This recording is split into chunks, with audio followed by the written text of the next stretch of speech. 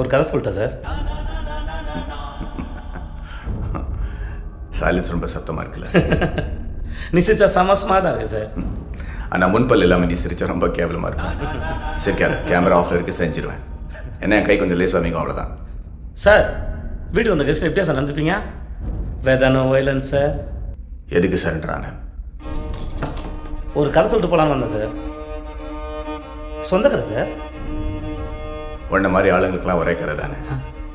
நான் கீழே இருந்தேன், தெருநாயாக இருந்தேன், இது செஞ்சு அது செஞ்சு பெரிய ஆள் ஆகிட்டேன், அந்த கதை தானே. ஐயோ எப்படி சார்?